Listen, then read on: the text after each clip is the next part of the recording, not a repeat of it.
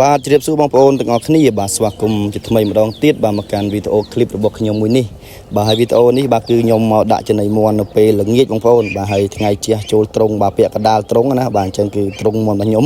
គឺវាមានសភាពស្តង់ដារដែរណាបងប្អូនបាទដោយសារថ្ងៃព្រឹកឡើងក៏វាជះចូលល្ងាចឡើងក៏វាជះចូលអញ្ចឹងកដោនេះបាទគឺមន់ខ្ញុំអត់មានជំងឺទេបងប្អូនបាទដោយសារវាមានខ្យល់ចេញចូលល្អហើយនឹងមានពន្លឺថ្ងៃល្អអញ្ចឹងទៅបាទហើយប្រហែលថ្ងៃនេះអត់បានថតអត់បានមើលមន់ទេបាទដោយសារខ្ញុំទៅការប្អូននៅឯខាងកំពង់ធំ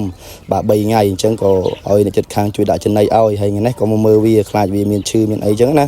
បាទប៉ុន្តែយើងមកមើលដូចជាអត់អីដែរបងប្អូនបាទគឺសុខភាពមន់ខ្ញុំគឺល្អប្រពៃទេបាទល្អប្រសើរហើយ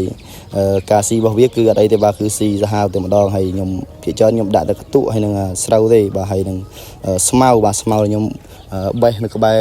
រោងមន់ហ្នឹងយើងយកទៅចងព្យួរទៅគឺវាស៊ីអស់តែម្ដងបាទហ្នឹងគឺវាវីតាមីនដែរបងប្អូនបាទវីតាមីនខ្ពស់ដែរបាទហើយបងប្អូនខ្លះគាត់ប្រហែលជាឆ្ងល់ហើយថាហេតុអីបើខ្ញុំដាក់កូនមន់ទុយទៅក្នុងហ្នឹងណាបាទដោយសារតាមក្បួនរបស់គេគេឲ្យដាក់ទេបាទអត់ឲ្យដាក់ចូលទេប៉ុន្តែគាត់ថាខ្ញុំទ្រង់ខ្ញុំអត់ទាន់ធ្វើមួយទៀតរួចអញ្ចឹងណាបាទអញ្ចឹងខ្ញុំក៏ដាក់អាកូនមន់ទុយហ្នឹងវាចូលក្នុងហ្នឹងទៅបាទដោយសារបើដាក់ចូលបែបហ្នឹងគឺវាមានបញ្ហាដែរបាទដោយសារអាឈ្មោលឬក៏មេហ្នឹងវាជុលណាបងប្អូនបាទជុលវាទៅវាដើមចំណីអត់ទាន់គេវាធំយឺតធំអីចឹងទៅបាទគឺពិបាកដែរប៉ុន្តែ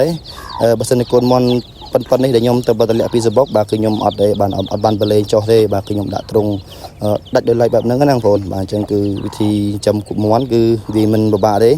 បាទឲ្យតែបងប្អូនបានអនុវត្តធ្វើម៉េចដាក់លើទ្រង់បែបហ្នឹងឲ្យបានមួយខែសិនណាមុននឹងយើងទម្លាក់ដីហើយមន់ខ្ញុំទម្លាក់ដីហ្នឹងគឺវាមួយខែជាងហើយបាទអញ្ចឹងវាអត់អីទេហើយដូចមន់នេះអញ្ចឹងគឺអត់ទៅបានមួយខែទេបាទប្រហែលបានកន្លះខែហើយអញ្ចឹងខ្ញុំដាក់ទ្រង់ដាច់ដោយឡែកបែបហ្នឹងណាបងប្អូនបាទអញ្ចឹងគឺរបៀបចិញ្ចឹមមន់គឺងាយទេគឺគេតម្រូវឲ្យយើងមានទ្រង់មេបាពូជផ្សេងបាទទ្រង់កូនមន់ផ្សេងបាទទ្រង់អាកូនមន់ទៅបញ្ញុះពីញុះដល់មួយខែហ្នឹងផ្សេងមួយខែដល់2ខែហ្នឹងវាផ្សេងទេបងប្អូនគឺមានផ្សេងគ្នាប៉ុន្តែតាមទស្សនវិជ្ជាជាក់ស្ដែងបាទគឺខ្ញុំអត់មានផ្សេងមានអីទេបាទគឺដាក់ចូលគ្នាតែម្ដងបាទដូចទានេះអញ្ចឹងបាទទាក៏ខ្ញុំត្រូវតែបែកដែរប៉ុន្តែយើងអត់មានទ្រង់យើងដាក់ចូលគ្នាហើយ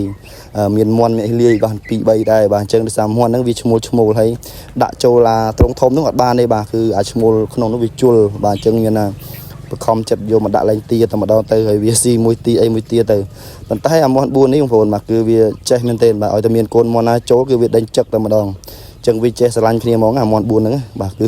គឺវាអត់ឲ្យមានណាចូលបានទេហើយវាការពារទាការពារអីចឹងណាបាទអញ្ចឹងវាមួយយ៉ាងដែរហ្នឹងហើយវាមានអីច្រើនទេបាទដូចខ្ញុំនិយាយចឹងបាទគឺចំណីមន់ចំណីទារបស់ខ្ញុំភាគច្រើនខ្ញុំអត់សូវបានហាន់ដើមចេកទេដើមចេកវាហាន់ទៅយូរអីចឹងណាខ្ញុំរវល់ធ្វើការផងខ្ញុំអត់មានពេលហាន់អញ្ចឹងគឺខ្ញុំដាក់តែបែបហ្នឹងបងឃើញទេខ្ញុំដាក់តែស្រូវបន្តិចទៅខ្ទក់បន្តិចទៅបាទហើយខ្ញុំដាក់ទឹកឲ្យវាបានប៉ុណ្ណឹងទៅគឺវាផឹកស៊ីខ្លួនឯងហើយយើងបេះបោចស្មៅបាទស្មៅនេះពីដែលខ្ញុំដាំនៅក្បែររោងមន់ហ្នឹងបាទយកមកដាក់បែបហ្នឹងបាទគឺស៊ីតែម្ដងបងបាទស៊ីសាហាវបាទហើយនេះកូនមន់នេះក៏ម្ដុំនេះគឺវាស៊ីដូចជាបាយអីយើងសល់អីចឹងខ្ញុំយកមកចាក់បន្ថែមបាយកកបាយអីបាទពេលល្ងាចពេលព្រឹកអីហ្នឹងបាទខ្ញុំយកមកចាក់បន្ថែមទៀតគឺវាស៊ីគេឡើងពេញតែម្ដងបាទអញ្ចឹងខ្ញុំគិតថាមិនយូរទេបាទគឺវានឹងអាចធំលឿនបងប្អូនបាទភាសាខ្ញុំអត់បានបុកចំណីទេបងប្អូនបាទខ្ញុំឲ្យថែបធម្មជាតិបាទអញ្ចឹងគឺអាការលូតលាស់វាហ្នឹងវារៀងយឺតបន្តិចបាទប៉ុន្តែក៏វាមិនជាបញ្ហាដែរបាទគឺវាមិនទៅខាតអីទេ